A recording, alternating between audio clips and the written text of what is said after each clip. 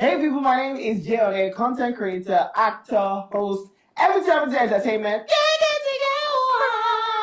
I forgot to add Madam Shio. She's part and of the it. finished man. She's part of it. And it's so good to be here with you. My name, of course, is Ebunoluwa Dosumu. I'm a TV host, red carpet host, and of course, a lifestyle journalist. And we're here together. We're here to talk about her money, her power with the She Time and Bella Naija. Now let's talk over goody Ego. Ego ye mego. Arimide conject low.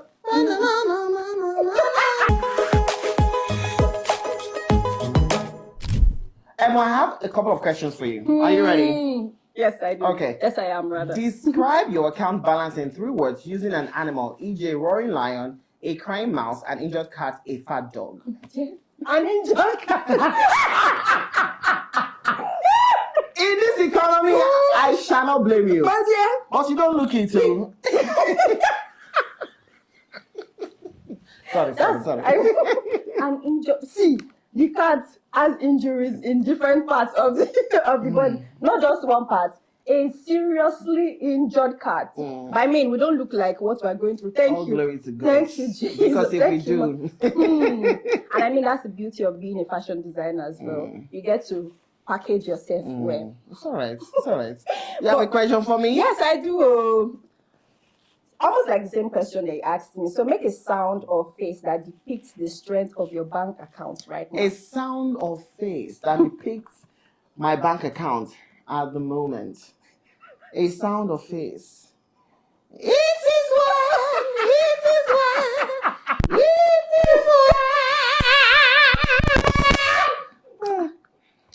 I say no more. Gee, wait. I'm going to proceed. That's stress. Let's not talk about my account anymore. I start crying on this show. Anyway, what does her money, her power mean to you? So I would say that, our money, our power means like 3 major things to me. Okay. I like to see it from 3 different perspectives. Okay. I would say, now let me personalize it. I would say my money, my power to dream and achieve whatever I dream about. My money, my ability to help other people's dreams. My money, my ability to impact the world. So I see it as, I see it from those 3 perspectives.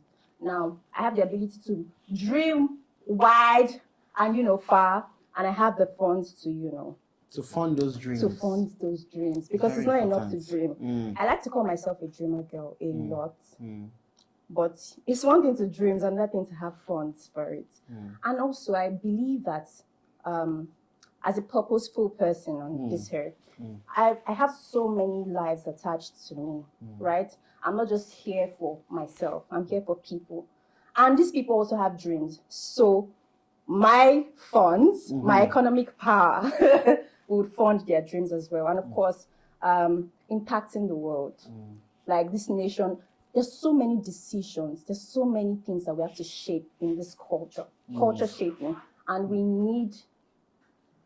we definitely need funds for that. So yeah, I see it from these 3 major perspectives. For myself, for the people around me, that's women around me, and of course the men as well, and of course impacting the nation. So yeah, that's what it means to me. And for me, to fund my lifestyle. Because lifestyle costs. Now you know. I don't know about that. Yeah. But Jay, you see, when we're talking about, these things at the beginning, when we say, we thank God we don't look like what we're going through. Do you believe in fake it till you make it? Do I believe that in word? Fake it till you... I don't believe in fake it till you make it, but I believe in putting in the work to get to where you need to be. I believe in, making the most of where you are. And people will say you need to dress a certain kind of way. I'm someone that used to wear a lot of thrift, when I started out, thrifted items. And I will look really good. It's just about going to the market, knowing where to shop, how to shop, washing the clothes properly, starching it, ironing it. Who's gonna know? Nobody. Who's gonna know? Nobody's gonna know. How would they know? Exactly. Because the issue with faking it is the fact that a lot of people enter into debt. A lot of people end up making decisions they're not supposed to make because they are faking it. You know, a lot of people buy cars that they cannot afford to maintain. A lot of people live in houses that they cannot afford to live in. People buy clothes that they cannot afford. They end up borrowing, you know. And what's the point of that? At the end of the day, you realize that you post those things on social media, people celebrate it for a day and then they move on. The next story cycle. Did you say a day? You know, a day is too long. Half an hour, they moved on.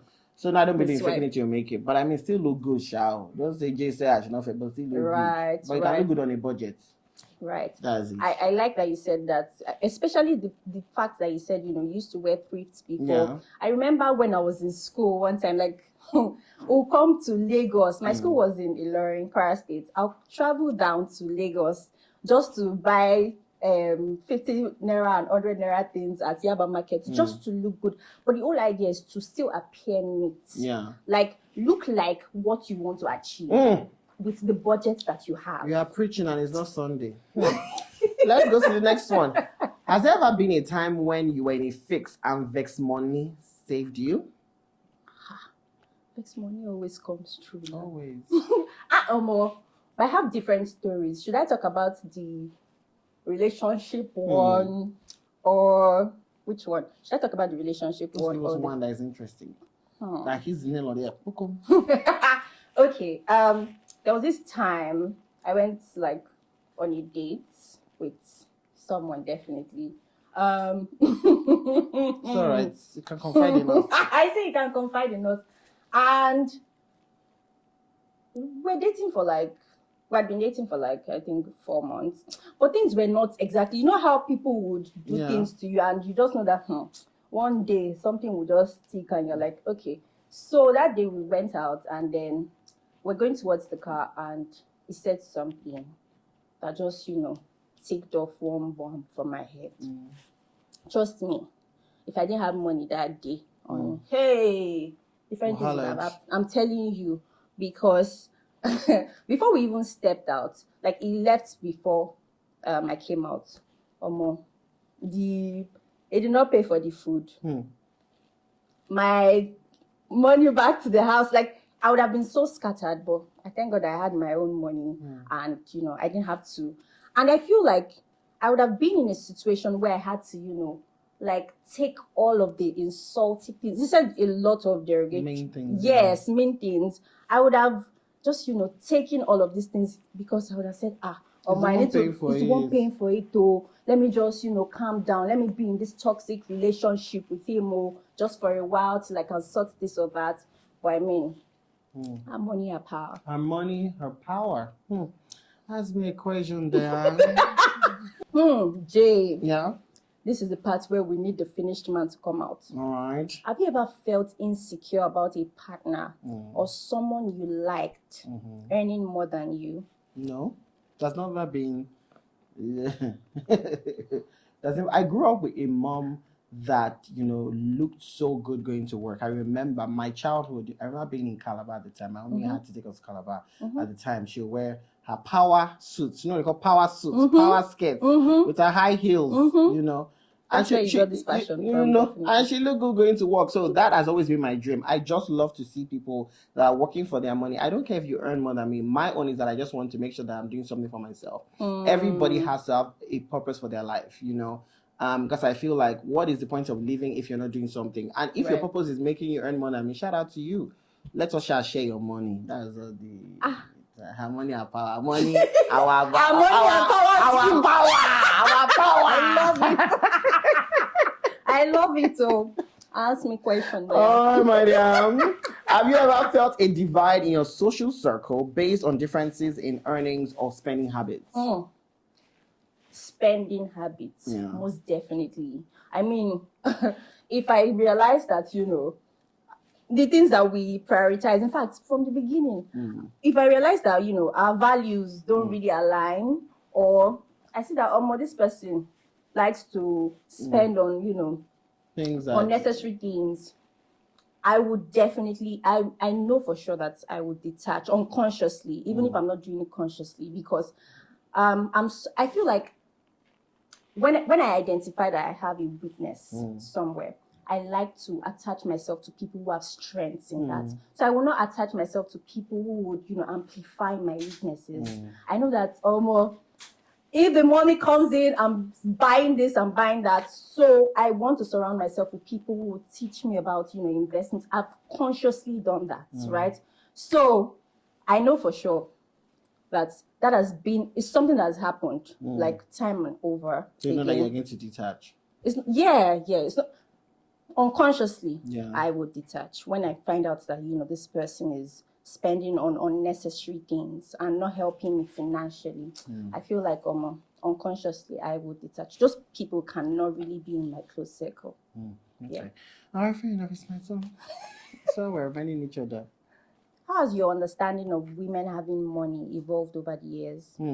That's a great question. I think as you go through the world as a young man, as a human being, your idea about women and money evolves, because your first idea, is with your mother or your sister or the women around you. Right. And as you go to primary and secondary and university and you get into the workspace, and apart from the workspace, you meet women that are doing amazing things. You go on social media, you see people like Oprah Winfrey, billionaires. You see people in Nigeria, the Mo Abudus, there's so many people doing amazing things and that are women. And then you just realize that it has never been about gender. For me as a person, because of the kind of mother I have, I know that it has never been about gender. But it just, as you see more women doing more amazing things, you just realize that, wow, it has never been about gender. It's just about who knows how to do the work. And if you put in the work, you can achieve what you need to achieve. But also the understanding that, it's also more difficult for women.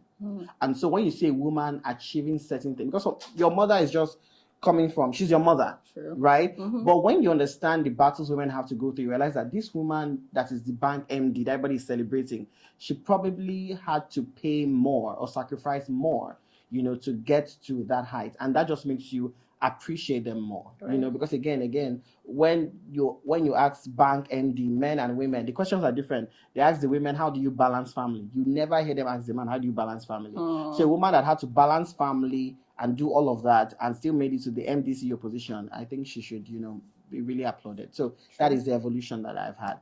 Yeah. All right. So I'm going to ask you this question. If your partner decided to step back from work to take care of the family full time, would you be comfortable being the sole financial provider? Are we talking about this economy? Let me be your sole provider. My dear, it's a capital no. Okay. You didn't think too much about it. In this economy, you want to step back. Except, for health reasons, of course.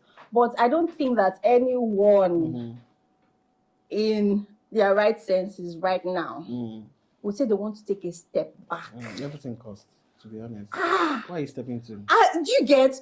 So you can look for other options of, work that would give you more time. I don't know what you need the time for, but if we discuss and we feel like, you need more time to spend with the kids, you need more time to spend with this and that, okay.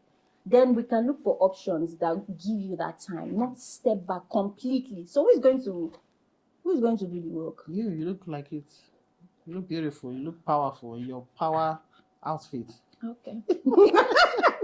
Okay. It's a capital no. There's no need to going back and forth on that.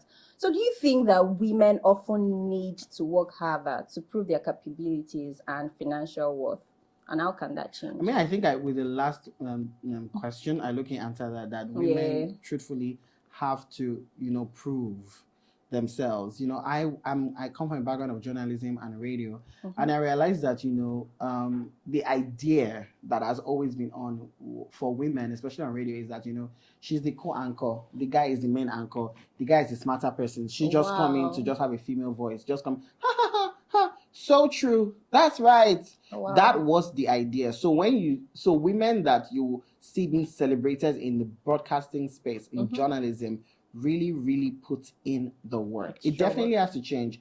That mindset has to change, that, nobody is a second-class citizen based on their gender or based on whatever, and they should be giving, the same opportunities. So, yeah, that's it for me. I think my next question to you would be, as a woman, was there a moment when you knew you must get your money up and own your economic power, and what led to it? What led to it? Okay. I wasn't sure whether I wanted to share that, but I mean, I lost my parents quite early in life. I think that I've touched on, some things I had to do growing up.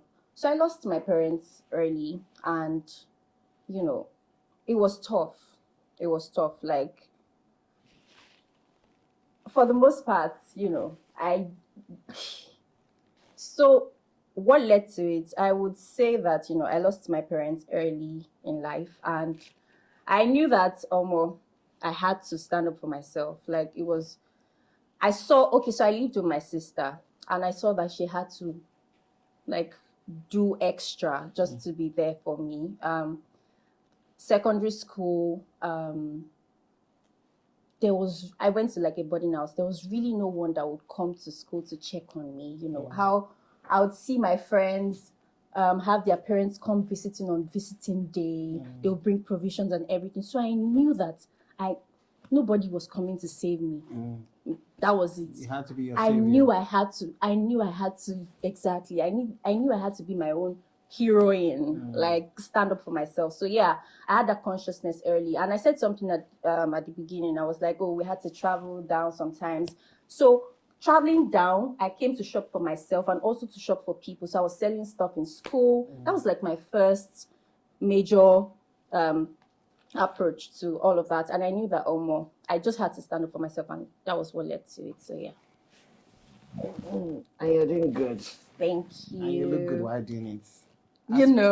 All of that actually led to who I am today, because all of the things that I learned, knowing how to negotiate, knowing places like where to source for fabrics and all of that, I learned that, whilst going through that process. So yeah, what doesn't kill you makes you stronger. Yeah, like they say. And it's not Kelly Clarkson that said it first, just so we know about it. Okay, let's move on. All right. So you once shared that your content is largely inspired by your mom. And I mean, you've talked about her a lot today too. So can you share your fondest or most heartwarming memory of her related to money? Of her related to money? It's not my fondest, but I'm going to share it anyway. When I was a child, I was a little crook, and I used to steal her money. Her money, her power. And so she caught me. And how she dealt with the situation was, when she caught me, obviously involved my dad in the case. I was beaten, everything. I'm no longer a crook, by the way, as you can see. And so what she did was that she started keeping the money with me. You give the money in the case. This is the money, where I hold it. And you're giving us the money every week. And so that just made me, that's why till now, I'm not so fazed about money. Do you understand? So catching that young, maybe, and the thing is that even I was using it for good, I was using to buy sweets for the children on our street. But you cannot still be stealing and say yes. If they can, you still go to prison, and I went to family prison, so to say. And so that I think about that, and I thank her very much, because till now I'm not so. Money has. I know that money is important. Money is necessary, but I just know that as long as you work hard, it's gonna happen for you. It taught you contentment. It did teach me contentment, and how to be careful, and how not to take what's not mine, and how not to be greedy. And I think that many politicians, need someone like my mother. Yeah, we need our power. All right. So do you think there is a connection between women having economic power and breaking social stereotypes about women? I think I mentioned it initially, like I touched on that a bit. So like, let me pick one social stereotype. It would be that, women have to sleep for roles, or if you see a successful woman, they believe that, she probably had to do something with a guy to achieve that. Did you get? So I feel like I also said something initially. I was like, my money, my power, my money, my power, my ability to empower other people, right? So I believe that an uplifted woman uplifts other women. I believe that, a woman who has that economic power and is in that, position can uplift other women. I touched on it initially. I was like, my money, my power, my money, my ability to, uplift other women, and my money, my ability to impact the nation. So yeah. So Jay, how do you think content creators can shape mindsets and perceptions around women having economic power? I think that, creators generally, whether you're an actor, whether you're a singer, you can change perspectives, you can change you know, how people think. I remember when I started my Finished Man series, and I saw that my male audience grew. It was mostly women that followed me at the time. But my male audience grew, and it grew because their wives, their girlfriends, their crushes were sending them my videos. And so when I go out to places to speak, or I'm at the supermarket, I see more men coming to me, this guy, because my babe, they send me video. So, and that is just one aspect. So imagine if I am making content that also, but I also make content about powerful women like the Madam CEOs. Right. And you see people tagging, you know, amazing women, and people saying that, oh, this is what I want to do in my life, you know. And I think that the more people can push out content like that, women will see themselves in a different light. We should not just see the content that is about women, you know, showing bodies or whatever, you know. We can see women as bank managers. We can see women as CEOs. We can see women, you know, catering for their families. We can see women as single mothers, you know. We can see women do amazing things. And that is the beauty of being a content creator, because you have thousands of people that love your work. And let's not forget that in 2024, a lot of content creators are also influencers. Right. So what this means is that, you know, the people that follow you are also influenced by what you do and the kind of content you put out. And I think that in my own part of the world, I'm doing that. And I think that if we have more people, you know, the message will be bigger and wider. Yeah. All right. My final question to you. If you had to choose between creative freedom or financial success, which would you pick? That's a trick question. Creative freedom or financial success? Can I be an Oliver Twist in this? Can I be an Oliver Twist? Let's see how you want to twist it first. Oliver Twist, I want the... Both, right? Yeah. No. No. Yes, you have to pick one. Okay. If I have the creative freedom and I don't have the money to fund the freedom that I have, I'll be caged. No. I'll be in prison. I feel like it might just take you more time. It might just take you more time. It'll be harder, but eventually it'll happen for you. That's the thing with creativity. You don't answer that for me. But wait, so if you pick that creative freedom now, and they say, oh, that financial aspect is gone for life, I think that you still pick creative freedom. For me, no, it's not my question. But I still pick creative, because to be honest, I've left jobs because I was not happy. Jobs that were paying me money. I've not done jobs for brands just because they wanted me to be. You saw my content. You saw how the content was. You want me to work with you. Then I say, oh, we don't want you to do this. I don't want you to go and sit down and look for someone that will act like this. The reason you're attracted to me is because of my creativity. And I will not change because you have put some money on the table. Even if it means being broke for life. I don't, to be honest, like I said before, I'm a very content person. I'm very contented.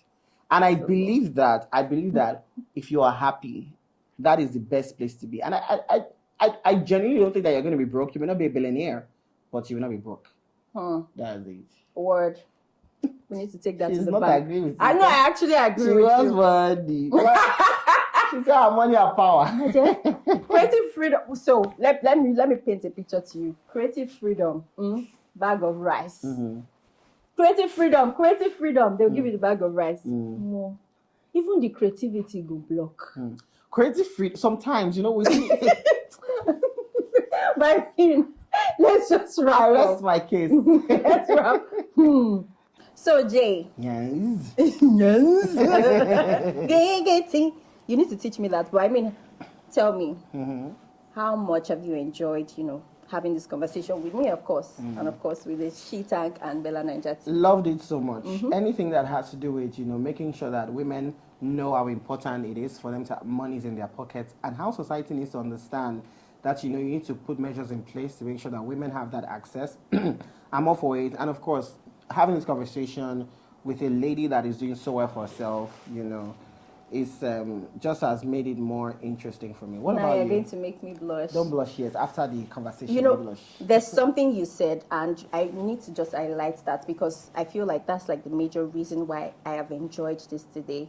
The importance of talking about how women can access this access. Women access economic power is very, very important to me. I feel like, you know, women should not be sidelined when it comes to, you know, conversations like this. So yeah, it's been an interesting conversation, definitely. All right. We want you to join the conversation on social media across all your social media platforms: Facebook, TikTok, Twitter, everything. Using the hashtag money, our power. My name remains Ebunoluwa Dosumu, of course. And my name remains Jay-on-air. You go from